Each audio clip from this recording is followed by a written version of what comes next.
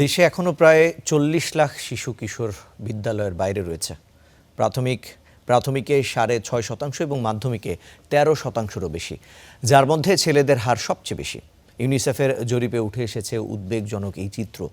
শিক্ষামন্ত্রী বলছেন, আগামী বাংলাদেশ বিনির্মাণে সরকারের সবচেয়ে বড় বিনিয়োগ এখন শিক্ষায়। প্রাথমিক শিক্ষকদের বদলি স্থানীয় প্রশাসনের হাতে দেওয়ার পরিকল্পনার কথাও জানান প্রাথমিক ও গণশিক্ষা প্রতিমন্ত্রী। ফরহাদ বিন নূরের রিপোর্ট। দেশের প্রায় 6.5% শিশু এখনও বিদ্যালয়ের বাইরে।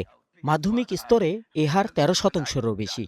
প্রাথমিক ও মাধ্যমিকে শিক্ষা কার্যক্রমের বাইরে প্রায় 40 লাখ শিশু কিশোর, যাদের মাঝে ছেলেদের সংখ্যাই বেশি। রোববার রাজধানীর হোটেল শেরাটনে ইউনিসেফের আয়োজিত বাংলাদেশের শিক্ষা খাত বিশ্লেষণ 2026 শীর্ষক যাচাইকরণ কর্মশালায় এ তথ্য উপস্থাপন করা হয়। এ সময় শিশুদের শিক্ষা বঞ্চিত হওয়ার নৈপথ্য কারণ তুলে ধরার পাশাপাশি সরকারের করণীয় সম্পর্কের কথা বলেন বক্তারা। And here we're talking about social emotional skills, those skills about being able to negotiate, to communicate, to work as a team, to question, to think about what the information is telling us.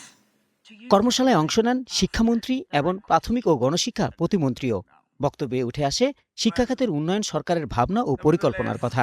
Our government is willing to work in the education sector and very seriously.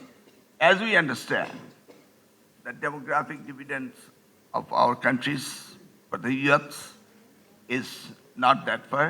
It's maybe 20 to 41.